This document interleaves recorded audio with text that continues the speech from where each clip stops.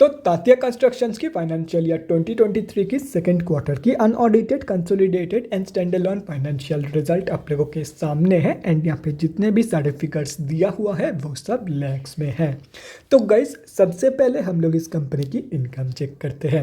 अभी इनकम के बारे में डिस्कस करने से पहले मैं आप लोगों के साथ एक चीज़ क्लियर कर दूं एंड वो यही है कि यहाँ पे कंपनी की कंसोलिडेटेड एंड स्टैंडअलोन दोनों ही रिजल्ट तो दिया हुआ है, लेकिन हम लोग यहाँ पे सिर्फ और सिर्फ कंपनी की स्टैंडअलोन रिजल्ट ही चेक करेंगे।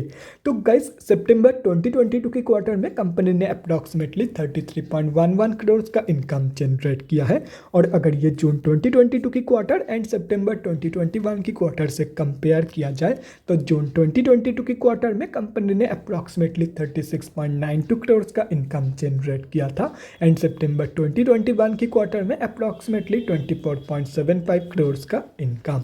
तो कंपनी ने ईयर ऑन ईयर बेसिस पे तो एक बहुत ही बढ़िया पॉजिटिव इनकम ग्रोथ यहाँ पे दिखाई है, लेकिन unfortunately quarter on quarter basis की जो इनकम ग्रोथ है वो नेगेटिव में निकल के आ रही है। तो अभी अगर इस कंपनी की एक्सपेंसेस के बारे में डिस्कस करें तो सितंबर 2022 के क्वार्टर में कंपनी ने अप्रॉक्सीमेटली 22.98 करोड़ का खर्चा किया है। सितंबर 2021 की क्वार्टर में कंपनी ने अप्रॉक्सीमेटली 13.26 करोड़ का खर्चा किया था एंड जून 2022 के क्वार्टर में कंपनी ने अप्रॉक्सीमेटली 30.18 करोड़ का खर्चा इस कंपनी ने किया था। तो अभी अगर यहाँ से इन तीनों क्वार्टर्स की प्रॉफिट मार्जिन कैलकुलेट किया जाए तो सितंबर 2022 की प्रॉफिट मार्जिन निकल के आ रही है अप्रॉक्सीमेटली 30.59%, जून 2022 की प्रॉफिट मार्जिन निकल के आ रही है अप्रॉक्सीमेटली 18.25% एंड सितंबर 2021 की प्रॉफिट मार्जिन निकल के आ रही है अप्रॉक्सीमेटली 46.42% के आसपास। तो कंपनी ने प्रॉफिट मार्जिन में ईयर ऑन ईयर बेसिस पे अनफॉर्चुनेटली एक नेगेटिव ग्रोथ दिखाई है, लेकिन क्वार्टर ऑन क्वार्टर बेसिस पे कंपनी ने एक बहुत ही बढ़िया ग्रोथ दिखाई है इन सितंबर 2022 की क्वार्टर। तो अभी अगर इस कंपनी की नेट प्रॉफिट मतलब प्रॉफिट आफ्टर टैक्स के बारे में बात करें तो सितंबर 2022 के क्वार्टर में कंपनी ने अप्रॉक्सीमेटली 6 करोड़ का प्रॉफिट पोस्ट किया है। सितंबर 2021 की क्वार्टर में कंपनी ने अप्रॉक्सीमेटली 7.97 करोड़ का प्रॉफिट पोस्ट किया था एंड जून 2022 की क्वार्टर में अप्रॉक्सीमेटली 2.61 करोड़ का प्रॉफिट इस कंपनी ने पोस्ट किया था। तो कंपनी की जो प्रॉफिट ग्रोथ है वो भी कंपनी की प्रॉफिट मार्जिन ग्रोथ की तरह क्वार्टर ऑन क्वार्टर बेसिस पे पॉजिटिव में and year on year basis पे नेगेटिव में निकल के आ रही है। और रही बात कंपनी की ईपीएस की मतलब अर्निंग्स पर इक्विटी शेयर की, तो सितंबर 2022 की ईपीएस वैल्यू निकल के आ रही है 2.08 की, जून 2022 की ईपीएस वैल्यू निकल के आ रही है 0.91 की एंड सितंबर 2021 की ईपीएस वैल्यू निकल के आ रही है 2.77 की।